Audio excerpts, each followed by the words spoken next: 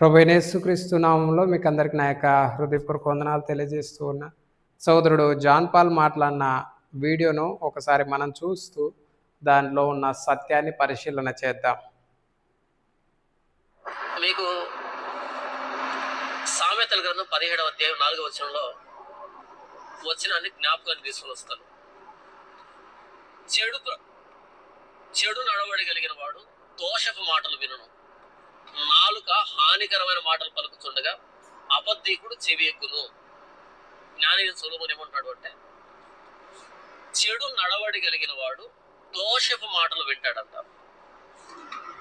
నాలుక హానికరమైన మాటలు పలుకుతుండగా అబద్ధీకుడు చెవి ఎక్కుతాడంట. వీళ్ళు పెడుతున్నటువంటి ఈ వీడియోలు నా మీద టైటిల్స్ కానీ ఆ మాటలు కానీ నా మీద చేస్తున్నటువంటి అబద్ధపు ప్రచారాల దాడిని నేను చూస్తూ ఉన్నప్పుడు నాకు ఈ వచనం గుర్తొచ్చింది. మనస్సాక్షి అనా మీకు ఎవరో మీ పైన చేస్తూ ఉన్న వీడియోలను చూసి మీకు ఆ వచనం గుర్తొచ్చింది అని అంటున్నారు కదా. మాకు కూడా మీరు ఎవరెవరి పైనో చేస్తూ ఉన్న వీడియోలన్నింటిని చూసి ఈ వచనమే గుర్తొస్తూ ఉంటుంది చాలామంది క్రైస్తవులకు. అయితే మీరు క్రైస్తవ సమాజాన్ని ఏమని మాట్లాడుతూ ఉన్నారో ఒకసారి ఒక చిన్న వీడియో క్లిప్ చూద్దామన్నా. మీరే ఈరోజు ఉదయమే అనుకుంటా మీరేం మాట్లాడుతూ వచ్చారనంటే, మరి మందిరంలో వంటగదులు అనే ఒక వీడియో చేస్తూ వచ్చారు కదా. ఆ వీడియోలో మీరు మాట్లాడుతున్న మాట వింటూ ఉంటే చాలా బాధ అనిపిస్తూ ఉంది. ఏం మాట్లాడుతున్నారో ఒకసారి విందామన్నా. 190 చర్చిలు, మరొకసారి చెప్తారు, 190 చర్చిలు, 190 మంది పాస్టర్లు కేవలం డబ్బు మీద ఆధారపడి జరుగుతున్న పరిచర్యలు, కేవలం డబ్బు మీద లేదు, సువార్త ప్రకటన లేదు, వాక్య వివరణ లేదు. వాక్య వివరణ లేదు. పరిచర్యకి ఏం చెప్తున్నారు? 190 మంది, 190 చర్చిలు, 190 మంది పాస్టర్లు కేవలం డబ్బు కొరకే పరిచర్య చేస్తూ ఉన్నారు అని చెప్పి మాట్లాడుతున్నారు. ఎంత దారుణమైన మాట అండి. అన్న మీరు చూస్తూ ఉన్నారన్న, మీరు కేవలం ఇంట్లో కూర్చొని లేదంటే కొన్ని ప్రాంతాలకు వెళ్ళి ఆ కార్ వేసుకొని తిరుగుకుంటూ పరిచర్య చేస్తూ ఉన్నారు కదా. ఆన్లైన్లో వీడియోలు పెట్టుకుంటూ పరిచర్య చేస్తూ ఉన్నారు కదా. బయటికి సువార్తకు వెళ్తూ ఉన్న వాళ్ళు ఎంతమంది లేరన్నా? మీలాగా మొబైల్ ముందు కూర్చొని మీలాగా నాలాగా వీడియోలు చేస్తలేరన్న వాళ్ళు. నేనంటే మనసల్లో పడినోని, నేను ఎక్కడికి సువార్తకు వెళ్ళాను. మీరు కూడా బాగానే ఉన్నారు, కానీ మీరు ఎక్కడ సువార్త ప్రకటించి వీడియోలు పెట్టినట్టు నాకు కనిపించలే మీ యూట్యూబ్ ఛానల్లో. మీ యూట్యూబ్ ఛానల్లో సువార్త వీడియోలు ఎక్కడున్నాయన్నా ఒక్కసారి ఆలోచన. ఉంటే 1-2 ఉంటే సరిపోద్దా అన్న? ఎంతమంది ప్రాణాలకు తెగించి మరి గ్రామాల్లో సువార్త పరిచర్య చేస్తూ ఉన్నారో మీకు తెలుసా అన్న? మీరు చూసారా అన్న? ఎందుకన్నా 190 చర్చిలంట, 190 మంది పాస్టర్లంట డబ్బు పైన ఆధారపడి పనిచేస్తూ ఉన్నారంట. అన్న మీరేమన్నా దేనిపైన ఆధారపడి పనిచేస్తూ ఉన్నారన్న? అంటే మీ మందిరంలో కానుకలు ఇస్తూ ఉంటే కానుకలు తీసుకోకుండా కానుకలు బాక్సే ఎత్తేసినారన్న? ఒకసారి చూపించండి అన్న మీ ఆరాధనలో కానుకల బాక్స్ ఏమన్నా ఎత్తేసారేమో. ఏందన్నా ఒక్కసారి ఆలోచించండి అన్న. ఎందుకన్నా ప్రతి క్రైస్తవుని మీరు నిందిస్తూ ఉన్నారు? మీరేమో ఆ మాట మాట్లాడుతూ ఉన్నారు కదా. ఇందాక ఒక 2 hours బ్యాక్ పెట్టిన వీడియోలో ఏమని మాట్లాడుతూ ఉన్నారు? సామెతల గ్రంథం 17వ అధ్యాయం 4వ వచనంలో, చెడు నడవడి గలవారు దోషపు మాటలు వినును, నాలుక హానికరమైన మాటలు పలుకుచుండగా అబద్ధీకుడు చెవియొగ్గును. హానికరమైన మాటలు అనంటే నాశనాన్ని తీసుకొచ్చే మాటలు, హాని చేసే మాటలు, మరి జీవితాన్ని నాశనం చేసే మాటలు వింటూ ఉన్నప్పుడు అబద్ధీకుడు దాన్ని వింటాడంట. ఎందుకంటే అబద్ధీకునికి అదే పనే కదా. అబద్ధీకుడు ఎవడెవడి జీవితాన్ని నాశనం చేయాలని చూస్తూ ఉంటాడు. కాబట్టి హానికరమైన మాటలు పలుకుతూ ఉంటే అబద్ధీకుడు వాటిని వింటూ ఉంటాడు. అంటే ఆ మాట మీ పైన ఇతరులు వీడియోలు చేస్తూ ఉన్నప్పుడు ఆ మాట మీకు గుర్తొస్తుందంట ఉన్నారు కదా. అంటే ఇతరుల పైన, ఇతర పాస్టర్ల పైన, ఇతర దైవ సేవకుల పైన 90 మంది, 190 మంది పాస్టర్లు డబ్బు పైన ఆధారపడి బ్రతుకుతూ ఉన్నారు అంటున్నారు కదన్న. మీరు మాట్లాడేటప్పుడు మాకు మీ విషయంలో కూడా ఇదే మాట గుర్తుకొస్తుంది కదన్న. ఒక్కసారి ఆలోచించండి అన్న. మీరు చేస్తే సంసారం, ఇతరులు చేస్తే వ్యభిచారం అన్న. ఒక్కసారి ఆలోచించండి. ఇంకా ఏం మాట్లాడుతున్నాడు చూద్దామండి. వీళ్ళు పెడుతున్నటువంటి ఈ వీడియోలు నా మీద టైటిల్స్ కానీ ఆ మాటలు కానీ నా మీద చేస్తున్నటువంటి అబద్ధపు ప్రచారాల దాడిని ఈయన మీద చేస్తూ ఉన్న అబద్ధ ప్రచారాల దాడిని చూస్తూ ఉంటే అన్నకు ఆ వచనం గుర్తొచ్చిందంట. మీరు చేస్తున్న దాడిని కూడా అనేక మంది పాస్టర్ల మీద ఎంతమంది అన్న మీరే ఓకే ఆన్లైన్లో ఆ వీడియోలు పట్టుకొని ఆ కెమెరా పట్టుకొని మీరు చేస్తున్న సేవ మీరు మంచిదని అనుకుంటూ ఉన్నారు. మీరు ఒక్కరే గొప్ప పరిచయం చేస్తూ ఉన్నారని అని మీ మీ ఫీలింగ్లో మీరు అనుకుంటూ ఉన్నారు. మీకు తెలియని విషయం ఏంటంటే ఆ కెమెరాల ముందుకు రాకోకుండా కొంతమంది ఎంతో గొప్ప పరిచర్య చేస్తూ ఉన్నారు. అలాంటి వారందరినీ మీరు కించపరిచినట్టు కాదా? అలాంటి వారందరినీ మీరు అవమానపరిచినట్టు కాదా? మీ విషయంలో ఈ వచనం మేము గుర్తుకు చేసుకోమా? నేను చూస్తూ ఉన్నప్పుడు నాకు ఈ వచనం గుర్తొచ్చింది. మాకు కూడా ఆ వచనం మనస్సాక్షి గుర్తొస్తుంది. లేకుండా నోటికి ఎంత మాట వస్తే అంత మాట సమాజానికి తెలియదు. సమాజానికి ఎందుకు తెలియదన్నా? మీకు నిజంగా అంటే మనస్సాక్షి ఉందా అన్న? ఇతర దైవ సేవకుల మీద, సాటి దైవ సేవకుల మీద మీకు తెలియకోకుండా కూడా కొంతమంది ఆన్లైన్లో డబ్బు దోచుకుంటూ ఉన్నారు. వారి పేర్లు తెరిచి మాట్లాడు. ఇప్పుడు మీరు అభిదయ దర్శన్ గారి గురించి మాట్లాడుతూ ఉన్నారు, అజయ్ బాబు గారి గురించి మాట్లాడుతూ ఉన్నారు, ఇంకా కొంతమంది గురించి మాట్లాడుతూ ఉన్నారు. దాని విషయంలో మాకేం ప్రాబ్లం లేదు. కానీ కొంతమంది ఆన్లైన్లో డబ్బు దోచుకునే దాన్ని బట్టి 90 మంది డబ్బు పైన 100కు 90% మంది పాస్టర్లు డబ్బు పైన ఆధారపడి బ్రతుకుతూ ఉన్నారు అని అంటే ఎంత దయనీయకమైన మాట అన్న, ఎంత దారుణమైన మాట. ఒక్కసారి ఆలోచించండి. మీకు మనస్సాక్షి అనేది ఉందా అని నేను ఈ వీడియో పూర్వకంగా నేను మిమ్మల్ని ప్రశ్నిస్తా ఉన్నా. ఎవడో ఒకడు ఇద్దరు చేసిన పనికి ఆ గుంపులో మిమ్మును కూడా ఒక దోషిగా పరిగణించాల్సి వస్తుంది. ఓకేనా? ఇంకా ఏం మాట్లాడుతున్నాడో విందామండి.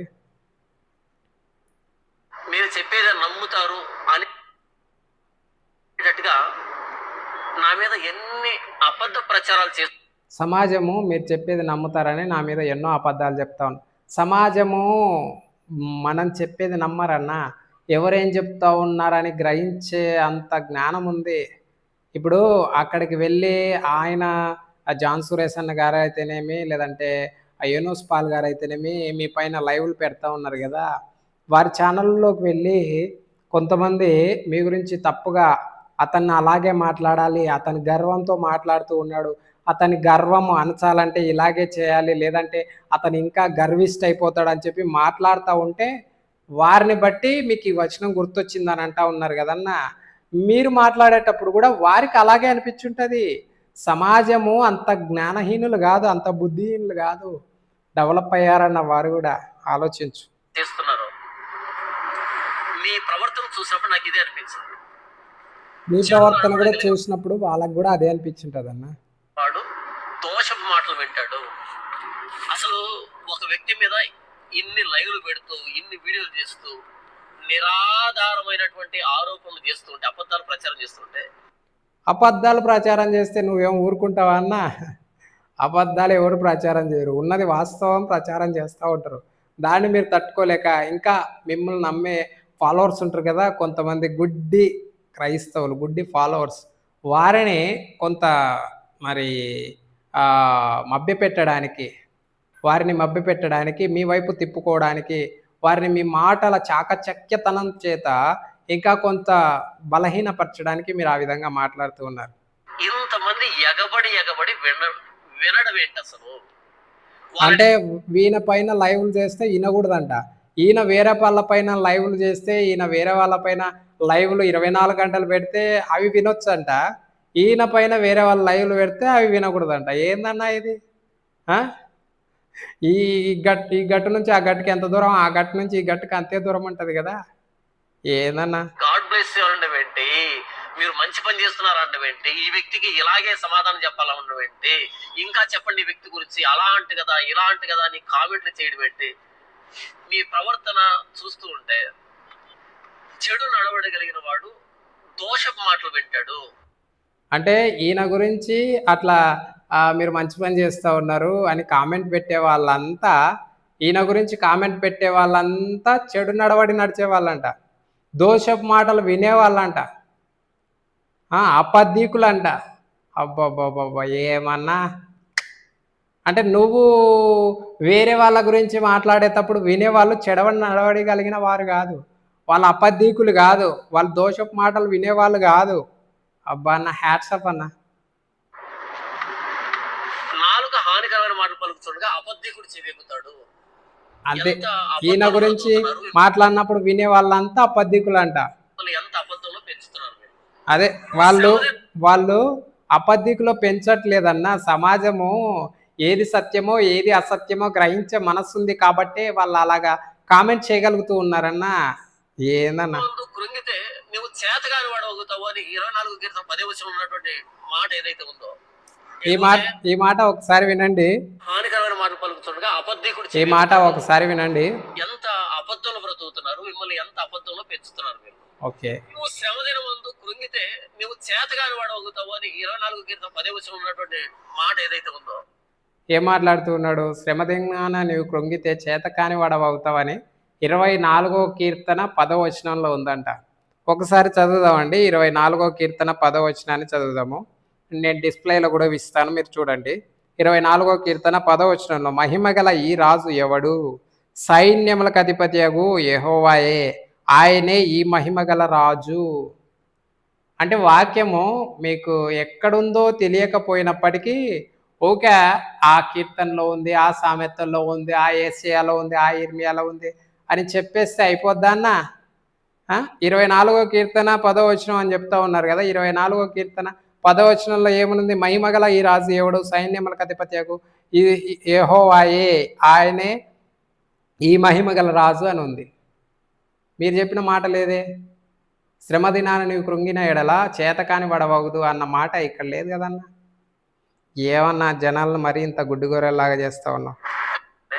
ఇంతమంది ఎగబడి నువ్వు చేతగాని వాడు అవుతావు అని 24 కీర్తన 10వ వచనంలో ఉన్నటువంటి మాట ఏదైతే ఉందో, ఇకపోతే కొంతమంది ఉన్నారు, నేను లేరని అంటే, కానీ 100కి 90 మంది క్రైస్తవ పాస్టర్లు అని అన్నాడం మీరు ఎంత తప్పన్నా?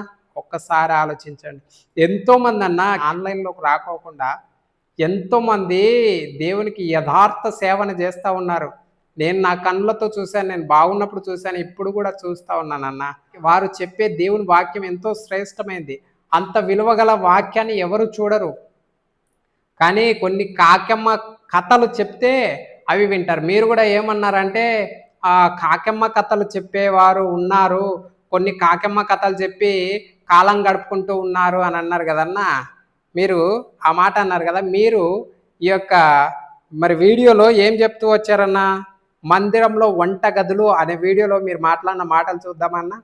మీరు కాకెమ్మ కథలు చెప్పలేదా? వాళ్ళు పిట్ట కథలు చెప్పినట్లయితే కొంతమంది పిట్ట కథలు చెప్పి బ్రతుకు తెరువు సంపాదించుకుంటున్నారని చెప్పారు కదా. మరి కొంతమంది పిట్ట కథలు చెప్తే మీరు ఈ వంట మందిరంలో వంట గదులు అనే ఆ వీడియోలో చెప్తుంది ఏంటి? కాకెమ్మ కథలా? ఒక్కసారి విందామా? ఈయన చెప్తాడు చూడండి ఇప్పుడు కాకెమ్మ కథ. కొంతమందిని పిట్ట కథలు చెప్పి బతుకుతారంటారు కదా. ఈయన వాక్యం చెప్పేటప్పుడు ఏం చెప్తున్నాడు? కాకెమ్మ కథలా? వీళ్ళ చిన్నాన్న ఈత నేర్పించినాడు, ఓవరాక్షన్ చేసినాడు. ఇంకా 3 మునకలు అంటే తాగేసాను, ఫుల్ తాగేసాను. నిన్న పెట్టిన వీడియో ఇది, ఈ రోజే అర్థమవుతుంది, పోయేది అర్థమవుతుంది. ఇల్లేవలేదు కదా, ఆయన అక్కడ ఉన్నాడు, నన్ను చూడలే, వేరే వాళ్ళకి నేర్పిస్తుంటే నేను ఇటువైపు దొంగతనంగా దిగాను, నాకు వచ్చిన ఈత అనుకోని. అంటే పైన సొరకాయ కొట్టున్నాడు, సొరకాయ నేను బాగా ఈతున్నాను అనుకున్నా. ఇటువైపు దగ్గరనే దిగిపోతాను లోపలికి. ఇక మునిగిపోయేటప్పటికి చూశాడు మా అన్న, చూశాడు అక్కడ. చూసి నాన్న మణికంఠాను కానీ అలా గబగబా వచ్చి అలా జుట్టు పట్టుకొని పైకి లేపి ఒడ్డు మీద తీసుకొచ్చి కాలేసి తొక్కితే మొత్తం నీళ్ళు బయటకు వచ్చాయి. జరిగింది ఈ వాక్యంలో ఉన్నాయన్న. నీళ్ళలో ఉన్న వ్యక్తిని ఎలా రక్షించాలి? జుట్టు పట్టుకొని తీసుకొస్తారు. అప్పుడు నొప్పి పెడుతుందా? అబ్బబ్బా అంటావా? లేదు, అది ఇప్పుడు ఎత్తండి జుట్టు పట్టుకొని బాగా నొప్పి వస్తుంది. మరి కాళ్ళు జుట్టు పట్టుకొని ఎత్తింది దేవుడైతే కదా. కాబట్టి అక్కడ ఏంటంటే ఆయన జుట్టు పట్టుకొని తీసుకొచ్చాడు, ఆత్మస్వరూపుగా తీసుకొని వచ్చాడు. ఆయన ఇలా తీసుకొచ్చి మళ్ళీ తీసుకొని అంటే టూర్ అనమాట. టూర్కి హెలికాప్టర్ కాదు, విమానం కాదు, సాక్షాత్ దేవుడు పట్టుకొచ్చి ఇక్కడ దింపేసి చూడు ఎంత అద్భుతంగా ఉంది మందిరం, మొత్తం అంతా రికార్డ్ చేస్తున్నా. కమాన్ రామరణ బబులోన్లో వీళ్ళు ఏం చెప్తున్నాడు ఆయన? వాళ్ళ చిన్నానంట అక్కడ దాంట్లో బావిలో ఈయన పోయి ఈతలాడదామని పోయినాడంట. ఈయనకి ఈత రాదంట. ఈత రాకోకుండానే పోయి దుంకినాడంట. కాదన్నా! ఇప్పుడు అనేక మంది దైవజనులు ఏవో కొన్ని కాకమ్మ కథలు చెప్పి బతుకుతా ఉంటారంటారు గదా! మరి మీరు చెప్పిందేంటన్నా? ఇది వాక్యంలో ఉందా? లేదు గదా! మీరు ఒక ఉదాహరణ తీసుకొని చెప్పారు. దైవజనులు దేవుడు కూడా ఆఖరికి యేసుక్రీస్తు ప్రభువారు కూడా మరి విత్తువాని ఉపమానం తీసుకొని చెప్తూ వచ్చాడు. కొన్ని ఉపమానాలు, కొన్ని ఉదాహరణలు మన జీవితంలో జరిగిన యథార్థ సంఘటనలు, కొన్ని స్టోరీస్ తీసుకొని అవి జరిగిన స్టోరీసా, జరగని స్టోరీసా కొన్ని ఉపమానాలు తీసుకొని చెప్తా ఉంటాడు. యేసుక్రీస్తు ప్రభువారు కూడా ఆ విధంగా ఉపమానం విత్తువాని ఉపమానం తీసుకొని చెప్పాడు. అలాగే పెళ్లి కుమార్తెల వివాహం సందర్భంలో ఉన్న ఒక ఉపమానాన్ని తీసుకొని చెప్పాడు. కొంతమంది దైవజనులు కూడా కొన్ని ఉపమానాలు తీసుకొని వారు బోధ చేస్తూ ఉంటారు. కానీ అవి కాకమ్మ కథలు, పిట్టె కథలు అని అంటారే. మీరు చెప్పేదేంటి? పిట్టె కథలా, కాకమ్మ కథలా? ఇంకా ఏం మాట్లాడుతున్నాడు చూడండి. అక్రమంగా బ్రతుకుతున్నారే వీళ్ళకి చూపించు. మీరు కనుక మర్యాద బతికితే ఇంత బ్రహ్మాండమైన మందిరాన్ని కట్టిస్తాను. చుట్టూ ఉన్న అటకల క్రింద ఏమున్నాయంట? పొయ్యలు ఉండెను. పొయ్యలు దేనికి? అవి వంటగదులు కాబట్టి, కిచెన్స్ కాబట్టి. మరి కిచెన్ లో అటకలు ఉండొద్దా? మందిరంలో వంటగదుల్లో ఏముంటాయి? మహా అంటే ఆండాలు ఉంటాయి, డెగిషాలు ఉంటాయి, కొన్ని ప్లేట్లు లేదంటే ఇస్తర్లా అట్లాంటివి ఉంటాయి కదా. ఈయన ఆ విషయాన్ని వివరించుకోకుండా ఇంట్లో ఆడోళ్ళు వంటగదుల్లో బాగా ఎక్కువ డెకరేషన్గా దండిగా సామాన్లు పెట్టుకుంటే మంచి ఇల్లాలంట, తక్కువ సామాన్లు పెట్టుకుంటే మంచి ఇల్లాలు కాదంట. ఏం చెప్తాడో వినండి. ఈయన చెప్పే పిట్ట కథలు వినండి ఒకసారి. టాలు పెట్టుకుంటాం కదా, ఎందుకు పెడతాం? దాంట్లో తపేలాలు, పల్లెలు, స్పూన్లు, గరిటలు, అది ఇది. బెడ్రూమ్లు అన్ని అటకలు ఉండవేవి, కానీ వంటలు అన్ని అటకలు ఉంటాయి. మందిరంలో అటకలకు ఇక్కడున్న ఇంట్లో అటకలకు తెలియదు అన్న. అది కదా, అటకలు తక్కువ ఉండి సామాన్లు తక్కువ ఉంటే మంచి ఇల్లాలు కాదు కదా. సామాన్ తక్కువ పెట్టుకుంటే మంచి ఇల్లాలు కదంట, సామాన్ ఎక్కువ పెట్టుకుంటే మంచి ఇల్లాలంట. కొంతమంది షోకేజ్ పెడతారు వేసి, షోకేజ్ వాడేది ఉండదు, పాడు ఉండదు. సంవత్సరానికి ఒకసారి తీసి చింతపండు ఇస్తూ మరలా పైన పెట్టడం తప్ప. ఎందుకంటే మా ఇంట్లో చాలా పోకులు ఉన్నాయి, వస్తువులు ఉన్నాయని చెప్పడం తప్ప. పెద్ద పెద్ద టేక్షాలు ఇది వాక్యంలో ఉందా అన్న? ఎప్పుడు తీస్తారు వాటిని? సంవత్సరానికి ఒకసారి తీసి. ఇది ఒక కాకమ్మ కథ కదా, ఇది స్టోరీ కదా, పైన పెట్టేయడం. ఎందుకని? ఎవరైనా చుట్టం రాగానే అలా నేరుగా ఇంట్లో తీసుకుని వెళ్ళి చూడు మా ఇంట్లో ఒకసారి అనగానే వాళ్ళు చూసి కుళ్ళుకోవాలి. డబ్బు పెద్ద పెద్ద అండాలు, పెద్ద పెద్ద టేక్షాలు ఉన్నాయి ఇక్కడ, కుళ్ళుకోవాలి అంతే. పర్పస్ వండింది లేదు, పాడు లేదు.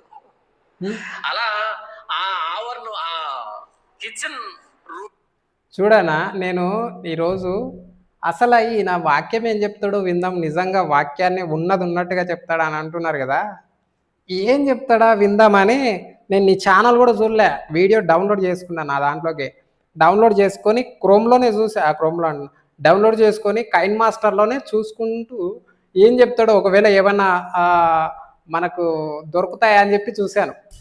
దొరికేసావు అన్నావు. కాకమ్మ కథలు, పిట్ట కథలు చెప్పుకుంటూ దొరికేసావు. కొంతమంది దైవ సేవకుల్ని పిట్ట కథలు, కాకమ్మ కథలు చెప్పుకొని బతుకుతున్నారని చెప్పావు కదా, మరి నువ్వేం చెప్తున్నావు అన్న? ఒకసారేమో నేను ఈతలాడితే మా చిన్నాన్న బతికి ఇచ్చినాడు అని చెప్తావు.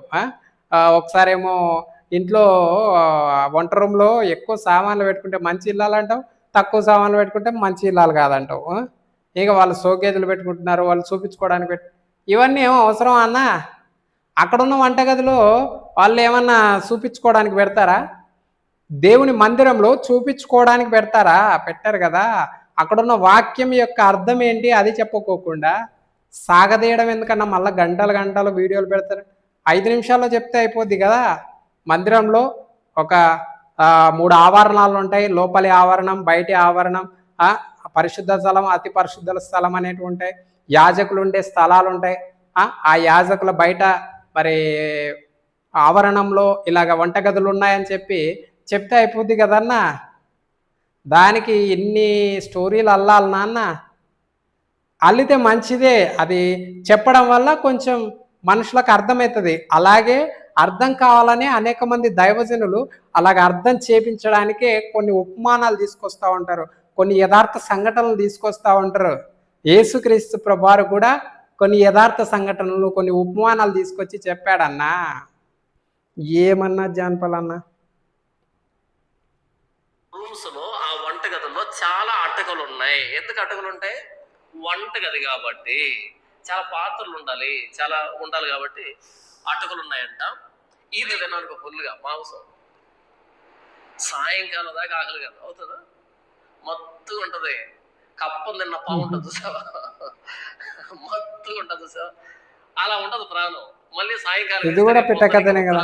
మత్తుగుంది పాము అని అక్కడ ఉంది ఆ వాక్యంలో, యెహెజ్కేలు గ్రంథం 46వ అధ్యాయంలో లేదు కదా. మీరు తిండిపోతులు కాదు అన్న. తప్పు పట్టాలనుకుంటే ఎవడైనా తప్పు పట్టొచ్చు అన్న. నేను ఈరోజు మీరు చెప్తా ఉన్నారు చాలామంది ఏమంటారు అంటే, జాన్ పాల్ అసలు వాక్యం ఉన్నది ఉన్నట్టు చెప్తాడు, వాక్యాన్ని భలే చెప్తాడబ్బా అంటే ఎట్లా చెప్తాడో విందామని నేను ఒక వీడియో డౌన్లోడ్ చేసుకున్నాను. నీ ఛానల్లో కూడా చూడలే.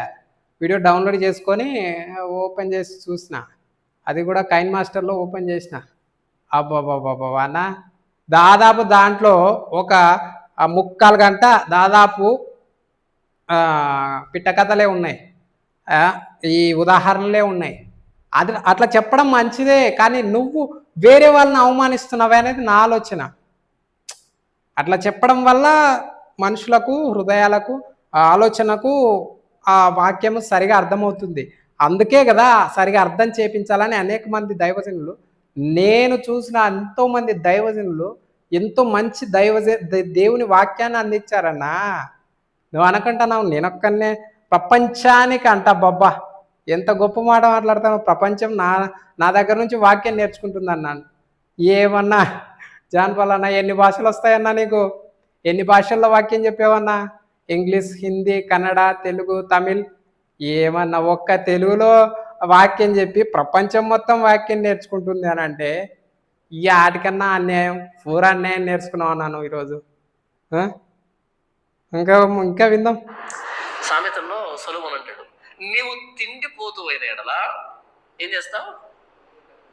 నీ గొంతుకి కత్తి పెట్టుకో అంటాడు. ఇప్పుడు ఎక్కువ శాతం తిండిపోతులే. నువ్వు తినవా అన్న? నువ్వేం అన్నం తినవా? అన్నం తినవా? ఏమన్నా నియంత్రణ ఉండదు, తినడమే. మీరు ఎప్పుడైనా వదిలే మరలా బాధపడతారు. ఎప్పుడైనా మరి ఏదైనా చర్చి మీటింగ్ వెళ్ళామనుకో, ఇది కూడా కాకమ్మ కథనే. చెప్పేటప్పుడు నేను అంత సావధానంగా చెప్తాను కదా, చూడండి చెప్తాను, మీరు కూడా చాలా సావధానంగా వింటారు. భోజనం టైం వచ్చినప్పుడు మనం చూడాలి, కెమెరా ఆన్ చేసి చూడాలి. ఇది కూడా అక్కడ వాక్యంలో ఏం అవసరం లేదు, కానీ ఒక ఉదాహరణగా చెప్తా ఉన్నాడు. ఎంత కొట్టుకుంటారంటే ప్లేట్ల కోసం, అన్నం కోసం, కూర కోసం కొట్టుకుంటారంటే బఫే ఏర్పాటు చేయగానే నాకు ముక్క పళ్ళ, నాకు అది కావాలి, నాకు ఇది కావాలి అరుస్తుంటారు కేకలేసి. ఎందుకు అంత రచ్చ దేనికి? ఏమైంది? ఒక ఐటమ్ తగ్గింది, ఏంటి సమస్య? అంటే ఏమన్నా వాళ్ళు తింటారు, తిన్నిక కూడా మరి ఇబ్బందా? నాకు ఇప్పుడు అర్థమైంది. గొడవకి నీలాగా అందరు కడుపు కాల్చుకోలేరు కదా. కరెక్టే, హాఫ్ నిజం ఇదే. గొడవకి ఎక్కడ ఉండాలంట? వెనకాల ఉండాలంట. పక్క వీధిలో కేక వినపడితే మనం ఈ వీధిలో ఉండకూడదు, పరిగెత్తుకుంటే ఇంకో వీధికి. అది క్రైస్తవులను ఎవరినైనా కొట్టినప్పుడు ఈయన అట్లా వెనకాల ఉంటాడు అన్నట్టు, రాడు. మళ్ళా ఎప్పుడో గురునానక అమాసకు ఒకవేళ అవసరమైతే వీడియో పెడతాడు, కానీ లేదంటే వీడియో పెట్టాడు. క్రైస్తవుల మీద ఎక్కడైనా దాడులు జరిగినా కూడా అసలు ఈయన మాట్లాడాడు, అవసరమా అనుకుంటాడు. గొడవలకు వెనకాల ఉండడంట. ఏదో ఒక రోజు నీ దగ్గరకు కూడా వస్తుందని నా గొడవ రాదని అనుకోవద్దు కదా. కానీ మనం గొడవకి తొడదడతాం కదా, తొట్టకూడదు, కొట్టకూడదంట. గొడవకి సై అనకూడదు, గొడవకు పోకూడదు, పోకోకుండా మంచిదే. కాకపోతే ఎదురుగా ప్రమాదం వస్తున్నప్పుడు కొంచెం నోరు విప్పి మాట్లాడడంలో తప్పలేదు కదా. అపోస్తులుడైన పౌలు ఆయన అరెస్ట్ చేసి లోపల పెట్టారు. లోపల పెట్టేంతవరకు ఏమన్నా బయటికి విడిచిపెట్టిన తర్వాత నువ్వు పో అన్నప్పుడు ఇంట్లో పోతాను, అధికారి రావాలా, నేను కూడా రోమ పౌరసత్వం కలిగిన వాడును, రావాలా అన్నాడు. అపోస్తులుడైన పౌలు నోరు మూసుకొని ఊకే పోలే, రావాలా, అతను వచ్చి నాకు క్షమాపణ చెప్పి నన్ను పంపిస్తే నేను పోతా. ఏంటి పోతా అని నిలబడుకున్నాడు ఆయన. అట్లే ఆయన గొడవడానికే నిలబడుకున్నాడా? కానీ అడగడానికి నిలబడుకున్నాడు. అడగడంలో తప్పేముంది చెప్పు? మనకు కలిగిన అసౌకర్యాన్ని, మనకు కలిగిన ఇబ్బందిని ప్రశ్నించడంలో తప్పేముందంటున్నా నేను. పౌలు ప్రశ్నించాడు కదా! నన్నెట్లా మీరు అరెస్ట్ చేస్తారు? నేను రోమ పౌరసత్వం కలిగిన వాడిని అని నిలబడుకున్నాడు ఆయన. పోలే ఎక్కడ. నువ్వు పో నాయనా ఊరు ఇడిచిపెట్టు అంటే నేను పోను. అధికారం వచ్చేంత వరకు పోనన్నాడు. ఏమన్నా అన్నాడు. గొడవ వెనకాల ఉండాలంట. పంక్తి భోజనానికి గొడవ ఆడొద్దు, కొట్లాడొద్దు. కొట్లాడమని ఎవడు చెప్పాడు? పోయి కత్తులు తీసుకొని, కటారులు తీసుకొని నరుక్కుంటా, చంపుకుంటా అని అడగండి. ఒరే నాయనా ఎందుకు కొడుతున్నారు? ఏంటి? మేమేం తప్పు చేశాం? మేము చేసిన అన్యాయం ఏంటి అని అడగడంలో, ప్రశ్నించడంలో తప్పులేదు కదా! అప్పుడు అపోస్తలుడైన పౌలు నన్ను జైల్లో పెట్టినారు, నేను కూడా మిమ్మల్ని జైల్లో ఇస్తా అది ఇది అని అనలే. మీ ఉద్యోగాలు తీసేస్తా. అడగడంలో తప్పులేదు ఎందుకు అని చెప్పి అడిగాడు ఆయన. ప్రశ్నించాడు. ప్రశ్నించడంలో ఏం తప్పు ఉందన్న? నిన్న నేను ఒప్పుకుంది పంక్తి భోజనానికి ఎప్పుడు ముందు ఉండొద్దు. మన పరువు ప్రతిష్టలు పోయేది అన్నం దగ్గరే, అవునా కదా? వాడి కొట్టించేవాడు ఏమంటాడు తెలుసా? ఇదంతా కాకమ్మ కథలే, పిట్టమ్మ కథలే. కానీ ఈయన సిగ్గు ఎందుకు అన్నాడని సిగ్గు లేకుండా 3 సార్లు విన్నాం అనుకో. చూడు ఇప్పుడు వాక్యం చెప్పేటప్పుడు తిండి గురించి చెప్తా ఉన్నాడు. వాక్యం చెప్పింది ఏంటి? తిండి విషయంలో నీ గొంతుకు కత్తి పెట్టుకో అని చెప్పాడు కదా. అలాగా మీరు తిండిపోతులుగా ఉండకండి అని చెప్తే సింపుల్ అయిపోద్దిగా. కాదు, ఒక ఉదాహరణ తీసుకున్నావు, చెప్తున్నావు, మంచిదే. అందరు కూడా అలాగే ఉదాహరణలు తీసుకొని చెప్తారని చెప్పొచ్చు కదా అన్న. వద్దులే, ఇంకా దండిగా ఉంది. ఆవు తిండి తిన్నాడు, వడ్డిస్తా ఉంటే తిన్నాడు ఉంటదంటే 4-5 వరుసలు వేస్తారు. వాళ్ళు తింటూ ఉంటారు కదా, వాళ్ళు వెనకాల కుర్చీ కొట్టుకోని ఉండాలి ఇలా. అబ్బే భలే అసహ్యం. నాకు అలా పట్టుకోవాలంటే చాలాసేపు చెప్తాడండి ఇలాగే ఆ స్టోరీ. అందరూ ఏమంటారు అంటే వాక్యము ఉన్నది ఉన్నట్టు చెప్తాడు, వాక్యమే చెప్తాడు, ఇంకేది స్టోరీలు చెప్పడు, ఇంకే ఉదాహరణలు చెప్పడు అంటారు కదా. లేదు లేదు లేదు, నేను విన్నాను కదా, ఎప్పుడు వినలే ఆయన ఈ చెప్పే వాక్యాలు ఎప్పుడు వినలేదు. కానీ ఫస్ట్ టైం ఆయన ఎంతమంది అంటా ఉంటే జాన్పాల్ ఏం చెప్తాడో విందామని ఒక వీడియో, నిన్న చేసిన వీడియో మందిరంలో వంటగదులు అనే ఆ వీడియో వింటే నాకు ఆశ్చర్యం వేసింది. అరే ఏంద్రా బాబు, దాదాపు 1 గంట మెసేజ్ అయితే 3/4 గంట ఉదాహరణలే చెప్తా ఉన్నాడు. 3/4 గంట కాకమ్మ కథలు, పిట్టమ్మ కథలే చెప్తా ఉన్నాడు. అందరూ అంతే కదన్నా. అంటే నేను మిమ్మల్ని తప్పు పడట్లేదు, మీరు మళ్ళీ ఈ విషయంలో తప్పుగా అనుకోద్దండి. నేనేమంటున్నానంటే ఉదాహరణలు, ఉపమానాలు అనేటివి క్రైస్తవ సమాజానికి అర్థం చేసుకోవడానికి, క్రైస్తవ సమాజమే కాదు ఎవరైనా కానీ అర్థం చేసుకోవడానికి ఒక ఉదాహరణ తీసుకుంటారు, ఉపమానాలు తీసుకుంటారు. ఒక మంచిది అర్థం చేసుకొని జ్ఞానం పెంచుకోవడానికి. అంతేగాని మీరు దాన్ని తప్పు పట్టడం అన్నది మంచిది కాదనేది నా అభిప్రాయం. ఇంకా వినండి. కట్ చేశాను, అది ఎక్కువసేపు అయిపోద్దని. నేను అక్కడ ఉండను, అక్కడి నుంచి బయలుదేరి వచ్చి ఎక్కడైనా హోటల్లో లక్షణ ఇంటికి వస్తాను. వద్దు స్వామి, అవమానం వద్దు, 150 రూపాయలు ఇస్తాను, 200 ఇస్తాను. ఇక్కడ కూడా అదే చికెన్ పెడతారు, ఇక్కడ కూడా అదే మాంసం, అదే వంట గురించే చెప్పాడు, చాలా సేపు చెప్పాడు. చివరికి వాడు లేస్తాడు, వాడు లేచినప్పుడు ఎలా చూడాలి మనం? తొందరగా లేని చూస్తుంటారు. వాడు పాపం ప్రశాంతంగా తినలేదు. అంత ఏమైనా కూర్చున్న తర్వాత ఒక ముసలాడు బాబు మా మనవరాలు కూర్చొని కొంచెం లేస్తావా అంటాడు. ఏం చేయాలప్పుడు మనం? మరలా లేచి ఇంకో దగ్గరికి వెళ్ళి కుర్చీ పట్టుకోవాలి. వద్దు, బంతులు ఎప్పుడు ముందుకండి. మీకు ఖాళీ కనబడితేనే వీళ్ళు కూర్చోండి తినండి. ఖాళీ కనబడలేదా ఖాళీ కడుపు ఇంటికి రండి, నష్టమే లేదు. ఒక్క పూట తినకపోతే ప్రాణాలు ఏ సేవలాగా ప్రాణం పోతుంది. ఆ ఎరగా ఉన్న చిక్కుడు పోయేలా వద్దు. అది ఏ సేవ లక్ష్యం? ఒక్క పూట 190 చర్చలు. చూడండి, 190 చర్చిలు, మరొకసారి చెప్తాను, 190 చర్చలు, 190 మంది పాస్టర్లు, కేవలం డబ్బు మీద ఆధారపడి జరుగుతున్న పరిచర్యలు, కేవలం డబ్బు మీద ఆధారపడి బ్రతుకుతా ఉన్నారంట. అన్న నువ్వేం కానుక పెట్టెలు పెడతలేవా అన్న? నువ్వు ఎవరైనా కానుకలు ఇచ్చినా తీసుకుంటలేవా అన్న? నువ్వు కూడా కానుకలు ఇస్తే తీసుకుంటూ ఉంటావు కదన్నా. నువ్వు తీసుకుంటూ అవతలని మాట్లాడడం కరెక్టేనంటావా అన్న? ఒకసారి ఆలోచించన్నా. ఎందుకన్నా ప్రతి దైవజనుని అలాగా హీనంగా, నీచంగా చేసి మాట్లాడడం అన్నా? ఖచ్చితంగా దేవునికి లెక్క చెప్తావన్నా. ఆ విషయం అయితే నేను నా హృదయపూర్వకంగా చెప్తా ఉన్నాను. దేవుని ఎదుట నువ్వు ఖచ్చితంగా లెక్క అప్పగించవలసిన వాడవై ఉన్నావు. సువార్త ప్రకటన లేదు అని చెప్తూ ఉన్నావు కదన్నా. ఎంతమంది దైవజనులు ఎంత సువార్త ప్రకటిస్తూ ఉన్నారో నీకు తెలుసా అన్న? వ్యక్తిగతంగా నువ్వు తెలియదు కానీ ఎంతోమంది సంఘాలుగా వ్యక్తిగతంగా నేను చూస్తూ వచ్చాను. నా దైవజనులు మా సేవకులు ఎంతోమంది వ్యక్తిగతంగా సంఘంగా ఎన్నో వారం వారం సువార్తలు చేసే వాళ్ళు ఉన్నారన్న. ప్రతిరోజు సువార్త చేసే వాళ్ళు ఉన్నారన్న. ఏమన్నా ఓకే, నీకు ఆన్లైన్లో కనపడకపోతే ఆన్లైన్లో చేసేది మాత్రమే సేవ అనుకుంటూ ఉన్నావు. ఆన్లైన్లో కనపడకోకుండా చేసే సేవ చాలా ఉందన్నా. ఒక్కసారి ఆలోచించు. ఇలా మాట్లాడుకోకుండా ఉండాలని నేను మీకు ప్రేమతోనే రిక్వెస్ట్ చేస్తూ ఉన్నానన్న. అయితే ఇంకొక వీడియో అది చివరిలో విందామండి.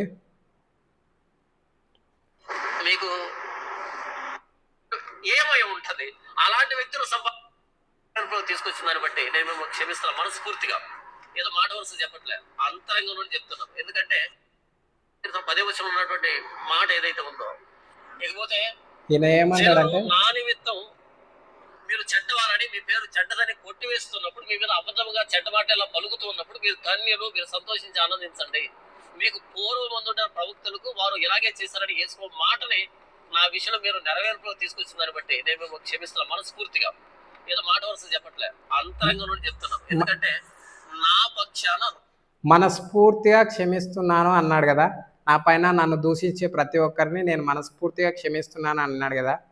ఇప్పుడు యోబు స్నేహితులు యోబును దూషించి నీచంగా మాట్లాడినప్పుడు దేవుడు ఏమన్నాడు? యోబు మీ పక్షాన ప్రార్థన చేస్తేనే నేను మిమ్మల్ని క్షమిస్తానన్నాడు. మంచిదే, నువ్వు వారిని మనస్ఫూర్తిగా క్షమిస్తానంటున్నావు, తిరిగి ఏం మాట్లాడుతున్నావు ఒకసారి వినండి. ఆయన అదో అంటాడు కదా, సోదరులారా మీకు మీరే రోషం వహించాల్సింది ఆయన, నేనైతే క్షమిస్తాను. ఆయన వదిలిపెట్టండి అంటే ఆయన పగ తీర్చుకోవాలా వాళ్ళ మీద? నువ్వు క్షమిస్తున్నావు, ఆయన పగ తీర్చుకోమని చెప్తున్నావా అన్న? ఏందన్నా? అప్పుడు యోబు కూడా తన స్నేహితుల్ని, ప్రభు నేనైతే వీళ్ళని క్షమిస్తాను, నువ్వు పగ తీర్చుకో ప్రభు అని అంటే వాళ్ళ మీద ప్రభు పగ తీర్చుకుంటుండేనేమో కదా. అంటే నువ్వు ఆ సమాజం చూడ్డానికి అందరి ముందరు నేను ఏదో మంచివాడిని, నన్ను ఎంత తిట్టినా ఎంత దూషించినా నేను వీళ్ళని క్షమిస్తున్నానని చెప్పుకుంటూనే మళ్ళా ప్రభు చూసుకుంటాడు, ప్రభుకి అప్పగిస్తున్నాను ఆ వివాదాన్ని అని చెప్పి మాట్లాడుతున్నా. ఏ అన్నా మీ తెలివికి హ్యాట్సాప్ అన్నా. చిత్రపడ్డం భయంకరం అనే మాట వ్రాయబడింది కదా, కాబట్టి నాకు నేనే పగ తీర్చుకోకుండా ఆయన వదిలిపెడుతున్నా. అదో ఆయన వదిలిపెడుతున్నాడు, క్షమిస్తున్నా, ఆయన క్షమిస్తున్నాడట, ఈయన క్షమిస్తున్నాడట, ఆయనకు వదిలిపెడుతున్నాడట. ఆయన పగ తీర్చుకోవాలని వీళ్ళ మీద. ఏమన్నా కొంచెం జాలి చూపించన్నా. వాళ్ళు కూడా నీ సహోదరులే కదా, మనుషులే కదా, వాళ్ళ కుటుంబాలు ఉన్నాయి కదా, ఏమన్నా జాలి చూపించన్నా. ఆ వ్యక్తులు ఉన్నారే, మీరు చెబుతున్న అబద్ధాలని వాళ్ళు అంత ఆసక్తిగా వింటున్నారు అంటే వాళ్ళ క్యారెక్టర్ ఏమై ఉంటది అంటే వీళ్ళు చెప్పే అబద్ధాలను వినే వాళ్ళ క్యారెక్టర్ బాగాలేదంట. అంటే నువ్వు చెప్పే అబద్ధాలు, నువ్వు చెప్పే కాకమ్మ కథలు, పిట్టమ్మ కథలు వినే వాళ్ళకు క్యారెక్టర్ బాగుందంటావా అన్న? సంపాదించుకొని మీరు సాధించేది తలుకు వెలుగురాళ్ళు తట్టడేలా నిక్కమైన మంచి కవి కవి ఎందుకు తలుకు వెలుగురాళ్ళు తట్టడుంటే ఏం ప్రయోజనం? నిక్కమైన మంచి నీలం ఒక్కటి చాలు. మన దగ్గర తలకు కాని రాళ్ళు తట్టడు ఉన్నాయండి. అదే దండి ఉన్నా కానీ, దండిగా మంది ఉన్నా కానీ ఏం లాభం లేదు, నా దగ్గర నీలమైంది ఒక్కటి ఉంది చాలు. అంటే నాకు తక్కువ మంది ఉన్నా కానీ నా వాళ్ళు మంచోళ్ళు, నీతిమంతులు, యథార్థమంతులు, నా సబ్స్క్రైబర్లకు, ఆయన సబ్స్క్రైబర్లకు, జాన్ పాల్ సబ్స్క్రైబర్లకు జాన్ పాల్ బిస్కెట్లు వేస్తూ ఉన్నాడు. జాన్ పాల్ ఎంత తెలివితేటలు కలిగిన వ్యక్తి అంటే, అవతలోళ్ళు అంట ఎంతమంది ఎంత దండిగున్నా కానీ వాళ్ళంతా వేస్ట్ అంట, వాళ్ళ జ్ఞానం లేని వాళ్ళంట, బుద్ధిహీనులంట. కానీ జాన్ పాల్ను నమ్మే వాళ్ళు కొంతమంది ఉన్నా కానీ వాళ్ళు తెలివైన వాళ్ళంట, జ్ఞానవంతులంట. అబ్బబ్బోబ్బోబ్బా, ఏమన్నా బిస్కెట్లు బలేస్తావు కదన్నా నీ ఫాలోవర్స్కి. అబ్బబ్బోబ్బా, హ్యాట్సాప్ అన్న. జాన్ పాల్ చెప్పేటువంటి వాక్యాన్ని బట్టి, జాన్ పాల్ చెప్పే వాక్యం అంట, నమ్ముతున్న వ్యక్తులు నిక్కమైన మంచి నీలాలు, నిక్కమైన మంచి ముత్యాలంట, నీలాలంట, మంచి వారంట. హ్యాట్సాప్ అన్న. ఆర్గ్యుమెంట్ కోసం ఒక మాట అడుగుతాను, అదేంటంటే అడగండి. జాన్ పాల్ అనే వ్యక్తి నిజంగానే అమ్ముడు పోయిన వ్యక్తి అనుకున్నా కాసేపు. ఓకే, ఆర్గ్యుమెంట్ కోసం మీరు అంటున్నట్టుగా ఆర్ఎస్ఎస్ ఏజెంట్, మీరు అంటున్నట్టుగా ఏంటంటే ఇష్టం వచ్చిన మాటలన్నీ నిజాలు అనుకున్నాం కాసేపు. ఓకే, మరి అలాంటప్పుడు మీరు క్రైస్తవులు అయితే శత్రువును క్షమించేటువంటి గుణం ఎక్కడ మీ దగ్గర? మరి నీ దగ్గర లేదు కదన్నా, నువ్వు క్రైస్తవుడే కదా, నువ్వు క్షమించకోకుండా వీడియోల మీద వీడియోలు పెడుతున్నావు కదన్నా. క్షమిస్తానంటున్నావు, మళ్ళీ దేవునికి అప్పగిస్తానంటున్నావు. ఆ దేవుడే పగ తీర్చుకోవాలంటావు. ఏమన్నా నువ్వు చెప్పిన మాట నీకు కూడా వర్తిస్తుంది కదన్నా, ఇతరులకు ఒకటే కాదు కదన్నా. ఏమన్నా జాన్ వల్లనా హ్యాట్సప్ అన్నా నీకు నిజంగా అంటే నవ్వు వస్తుందన్నా. నేను మీరు అనుకున్నట్టుగా చెడ్డోళ్ళు అనుకో, మరి నన్ను మరలా సమకూర్చడానికి తిరిగి తీసుకుని రావడానికి మీరు చూపించిన ప్రయత్నం సమకూర్చడానికే కదా ఈ ప్రయత్నము. తిరిగి కొంచెం బాగు చేసుకుంటావేమో, సరి చేసుకుంటావేమో అని ప్రయత్నం చేస్తున్నారు అందరు కలిసి. ఏమన్నా మీ మాటలో ఆ మృదుత్వం, ఆ సరళత్వం, ఆ ఐ లవ్ యూ పవిత్రత జాన్ పాల్ అన్న, ఎక్కడ క్రీస్తు I love you John Paul అన్న. ఓకేనా? రానా నిజంగా దయచేసి ఎవరిని ఆ, విమర్శించకు. అంటే విమర్శించు ఎలాంటి వారిని, ఆన్లైన్లో నిజంగా బెగ్గింగ్ చేస్తున్న వాళ్ళని, తప్పుడు బోధ చేసే వాళ్ళని విమర్శించు. కానీ 90 మంది క్రైస్తవ పాస్టర్లు, 90 చర్చీలు ఆ, ఇలాగా ఆ డబ్బు కోసం అడక్కదింటున్నారని చెప్పి మాట్లాడకన్నా, 90 మంది పాస్టర్లకు వాక్యం తెలియదు, 99.9 మందికి పాస్టర్లకు వాక్యం తెలియదు, ఇలాంటి మాటలు మాట్లాడకన్నా. అవే బాధను కలిగిస్తాయి. ఓకేనా? I love you John Paul అన్న, నిజంగా. ఓకేనా? Thank you. Praise the lord.